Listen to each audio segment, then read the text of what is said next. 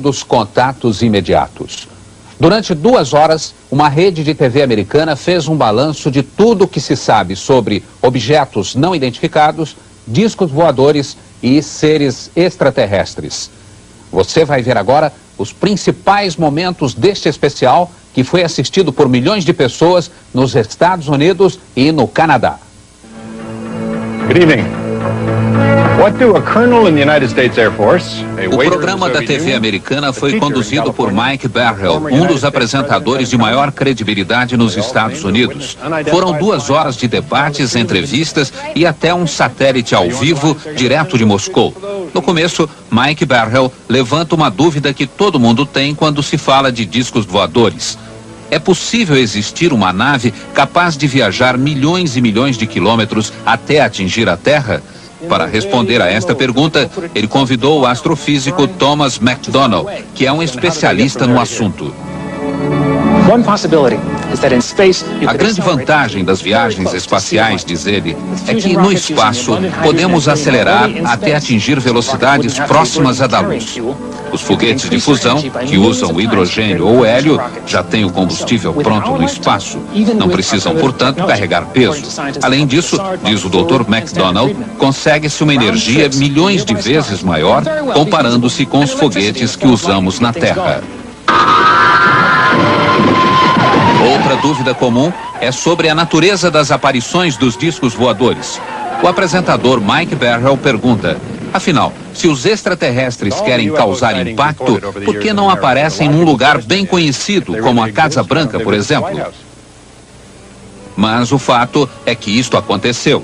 Em julho de 52, a Força Aérea Americana tentou interceptar uma dúzia de objetos voadores não identificados que estavam bem acima da Casa Branca.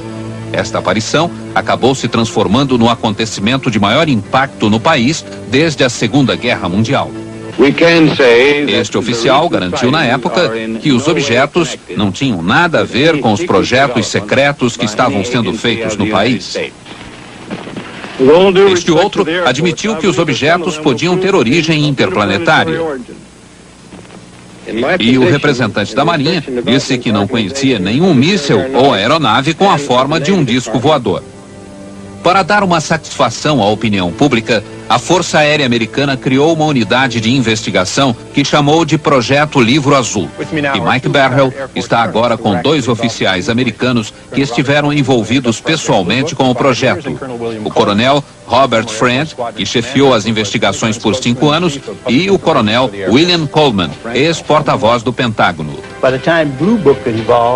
O coronel Robert Friend diz que o projeto Livro Azul sempre enfrentou muitas dificuldades, apesar de pelo menos 100 casos investigados por eles terem sido considerados muito preocupantes. Por isso, diz que não ficou surpreso quando o projeto foi extinto em 69. O ex-porta-voz do Pentágono, o coronel William Coleman, admite que ele mesmo já viu um OVNI. Ele afirma aqui que isto aconteceu em 55, quando comandava um B-52 nos céus do Alabama. De repente apareceu um estranho objeto prateado que não tinha asas, media 20 metros de diâmetro e 5 metros de altura. O coronel fez um relatório oficial, mas ele conta agora que quando começou a trabalhar no Livro Azul, procurou o relatório e não havia nada no arquivo. Isso aconteceu com outros relatos que também desapareceram, diz ele. Os 2 militares americanos disseram também durante o programa que hoje se sentem usados pela Força Aérea. Segundo eles, o governo não estava interessado em divulgar a verdade. Queria apenas acalmar a opinião pública e minimizar os relatórios sobre OVNIs e ETs. O apresentador Mike Barrell afirma que se esse era o objetivo da Força Aérea, ele foi atingido. Em pouco tempo, o pânico foi substituído pelo riso e o noticiário sobre o assunto ridicularizado, passando a ser publicado só por jornais sensacionalistas. Quem declarasse ter visto um OVNI era imediatamente chamado de maluco. Com isso, muitas testemunhas idôneas começaram a ter medo de falar sobre os discos voadores. Esta cena do filme Contatos Imediatos do Terceiro Grau mostra uma realidade muito comum hoje em dia. No filme, os operadores da torre de controle detectam no radar um objeto não identificado que está próximo de um avião. O piloto e o copiloto confirmam que estão vendo este objeto.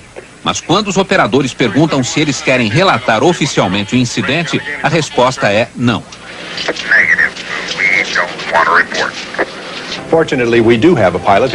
O apresentador Mike Barrell está agora com um dos poucos pilotos dispostos a falar sobre OVNIs. É o capitão Neil Daniels, que voou na United Airlines por 35 anos. O capitão Neil conta que estava pilotando um avião de São Francisco para Washington em março de 77, quando viu uma luz muito forte à esquerda do DC-10. Os instrumentos de bordo, diz o capitão, passaram a marcar rumos diferentes e uma força qualquer puxava o avião para a esquerda. De repente, o objeto desapareceu numa velocidade espantosa e o capitão lembra que o tempo todo o copiloto dizia: não quero ver, não quero saber.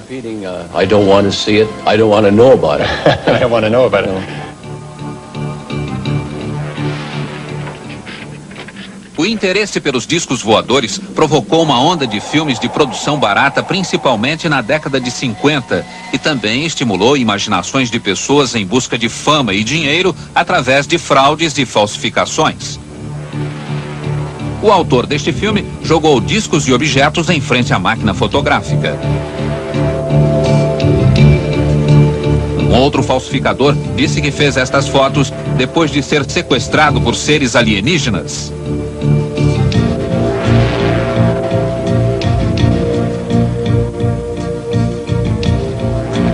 Neste pequeno aeroporto da Virgínia, foi filmada uma sequência com um disco voador. Era fraude.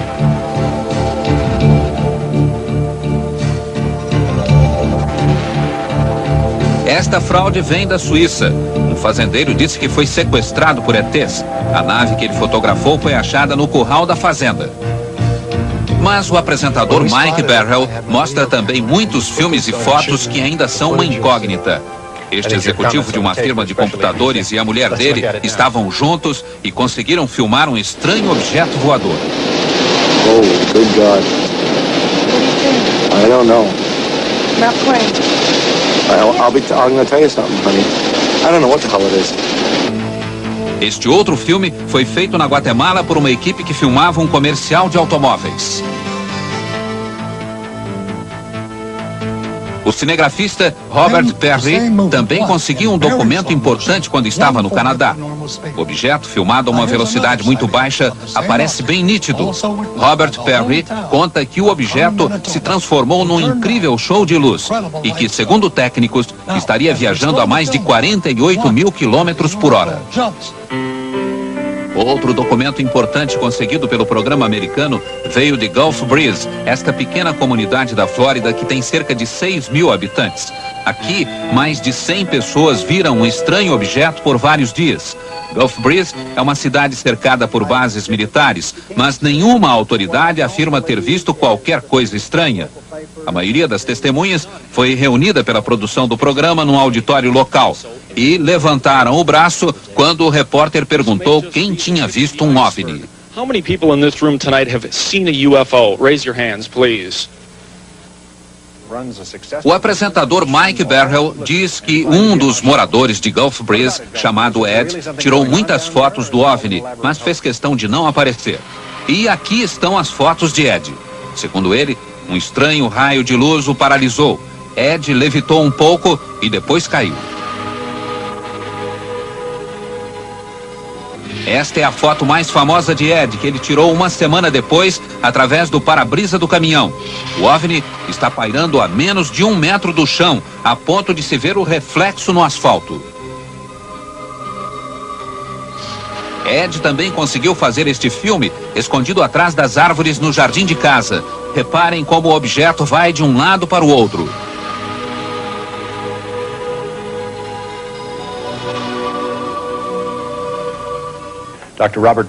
Mike Barrell diz agora que, para analisar as fotos de Ed, ele convidou 2 dos maiores peritos em análises fotográficas dos Estados Unidos.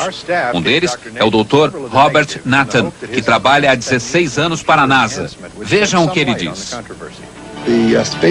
Me parece, diz o Dr. Nathan, que muitas dessas imagens são produto de dupla exposição fotográfica. Me parece também que a iluminação da nave é meio artificial, bem diferente da iluminação do fundo ambiente. Em muitas fotos, tanto a parte inferior como a superior da nave estão recortadas com nitidez, dando a impressão de que houve algum trabalho de corte ou de colagem. Tenho analisado fotos de OVNIs há mais de 30 anos. Gostaria de dizer outra coisa, mas na minha opinião, essas imagens de Gulf Breeze não conferem. Thank you, Dr. Nathan. Now to make things perfectly clear, a man who takes a completely Mike Berhel diz agora que pediu a opinião de outro perito, o Dr. Bruce Maccabee, um físico nuclear que trabalha para a Marinha e que também analisou muitas fotos de OVNIs. A opinião dele é diferente. Yes, Mike. Dr. Nathan has studied only a O few of the Dr. Nathan photographs. só viu algumas fotos, mas eu analisei todas, até a fita de vídeo, e me perguntei, se essas imagens são uma falsificação, como foram feitas? Procurei, por exemplo, uma linha fina em cima que pudesse ser um fio suspendendo a nave. Procurei qualquer sinal por baixo para ver se o objeto foi apoiado numa mesa ou numa coluna. Procurei reflexos de vidro que mostram que houve montagem fotográfica e não encontrei nada nas fotos que pudesse justificar essas alegações. Minha conclusão é de que as fotos são verdadeiras e que a espaçonave é extraterrestre, diz o Dr. Maccabee. Outro momento importante do programa, o depoimento de autoridades soviéticas. Pela primeira vez na história, o Ocidente toma conhecimento da posição da União Soviética em relação aos fenômenos extraterrestres. Mr. Nikishin, I understand that you have O apresentador Mike Berhel conversa primeiro com Leonard Nikishin, que é o secretário do grupo de trabalho do governo soviético para assuntos extraterrenos. Ele diz que a maioria dos cientistas soviéticos não acreditava em OVNIs, mas que agora a situação está mudando. Segundo Nikishin, o fenômeno está sendo abordado de forma científica no seu país e ele acha que vão entrar em contato com ETs mais cedo do que se esperava. O outro soviético é Sergei Bonlantsev, um jornalista da agência de notícias TASS que é especialista em OVNIs. Sergei diz a Mike Berhel que o relato confiável mais recente aconteceu em 85. O piloto de um avião comercial notou um feixe de luz que iluminava totalmente o solo, uma luz tão forte que chegava a cegar as pessoas. O ponto de luz, diz Sergei, voou para longe do avião e começou a balançar da direita para a esquerda e de cima para baixo. Finalmente, voou ao lado do avião como se fosse uma escolta. Os passageiros viram tudo e o objeto também foi detectado nas telas de radar da região. Sergei mostra agora esta foto feita na Bulgária em 78. Um casal estava tomando café quando viu isso.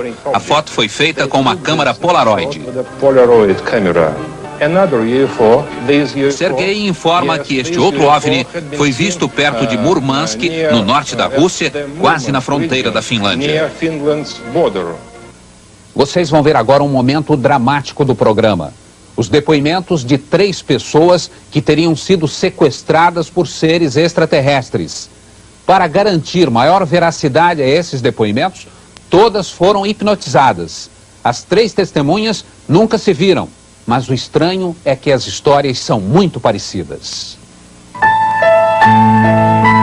Rosemary é pintora e artista gráfica.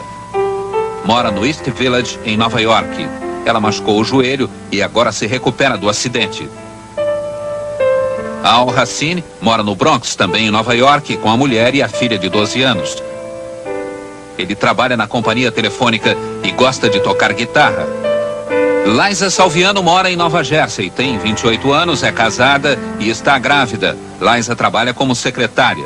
As entrevistas foram feitas por 2 especialistas, a psiquiatra Raima Leibel e o pesquisador Bud Hopkins.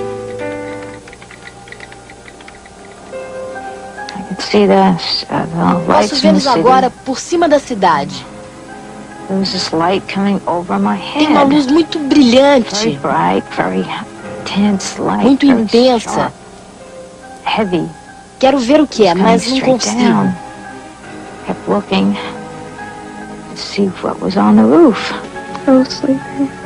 Eu fui acordada.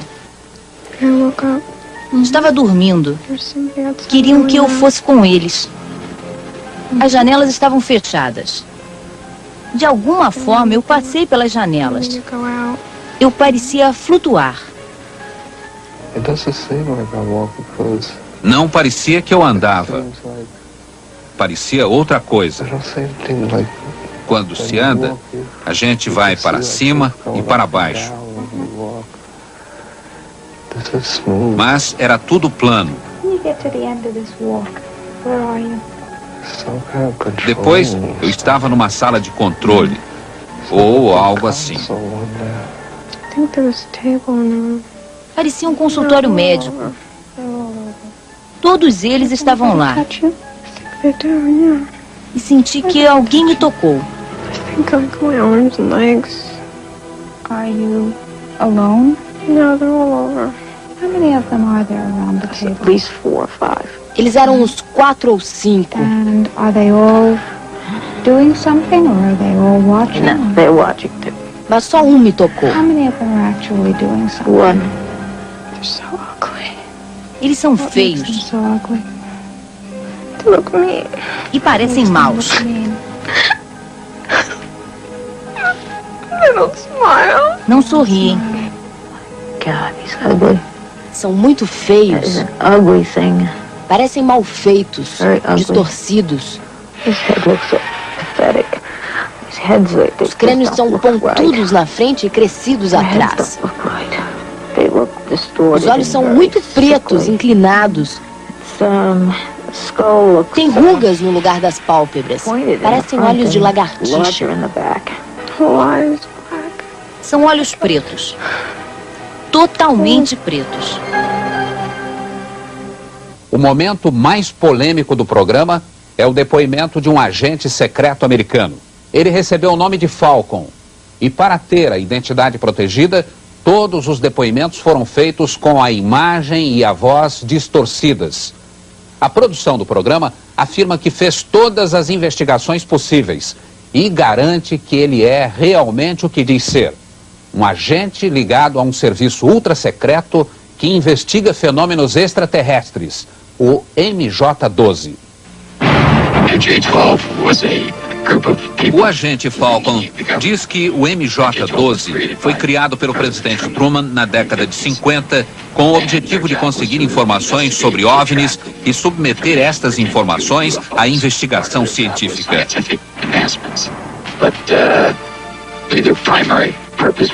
Com a ajuda de uma ilustração feita pelo programa americano, Falcon informa que as informações são enviadas ao presidente e ao vice-presidente,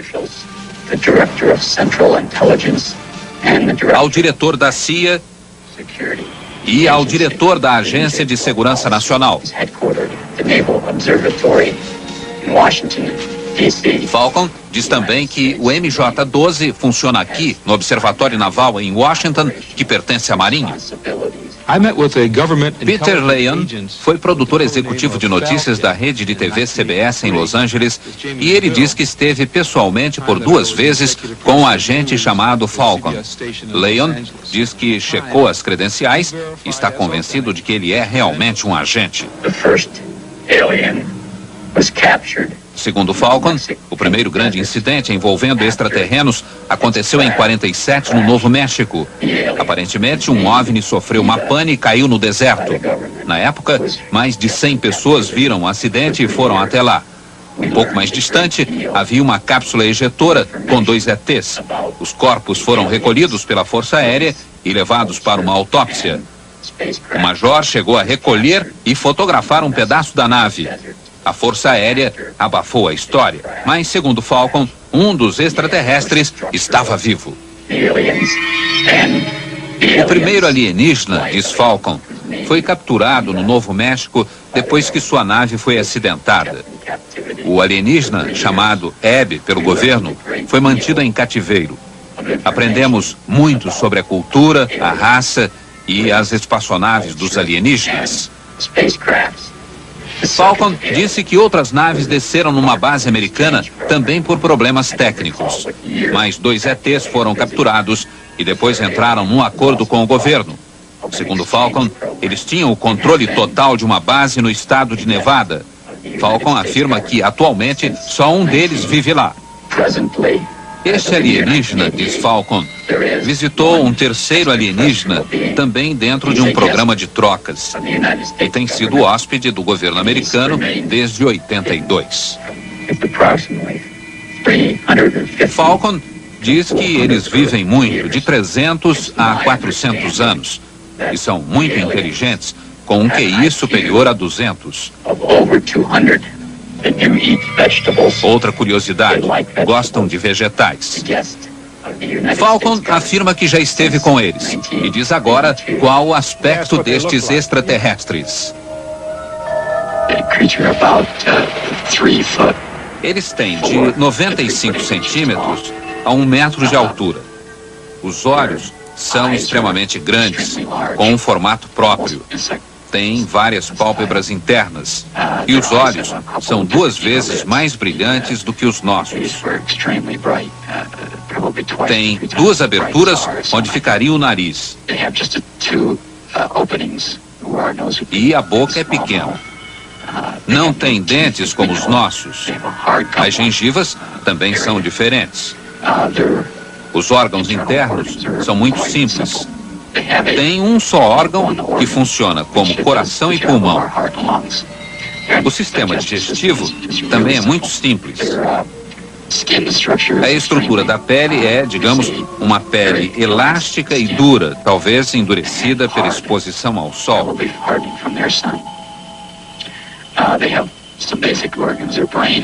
O cérebro é maior e mais complexo do que o nosso, tendo várias voltas a mais.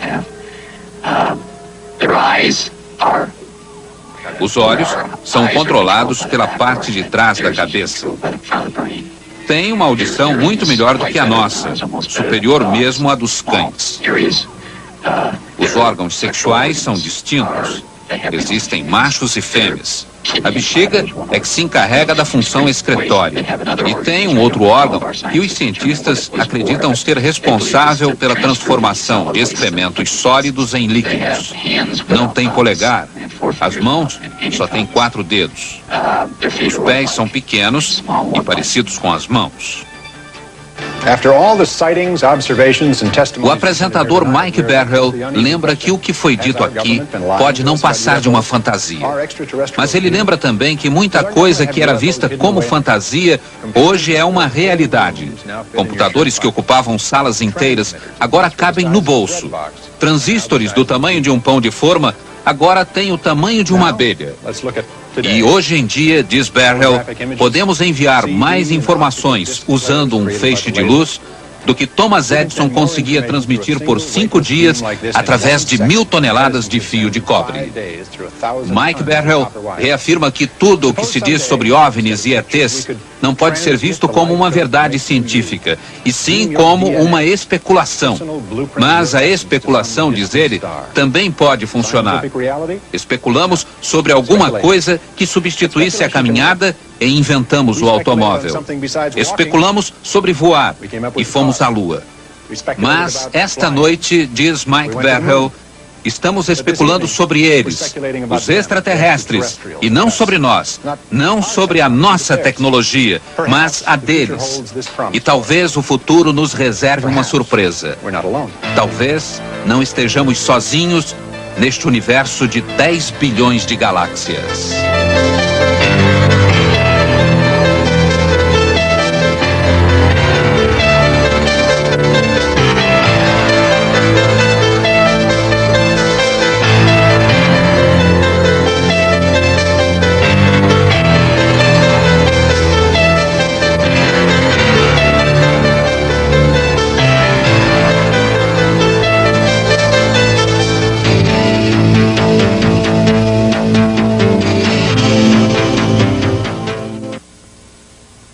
Boa noite.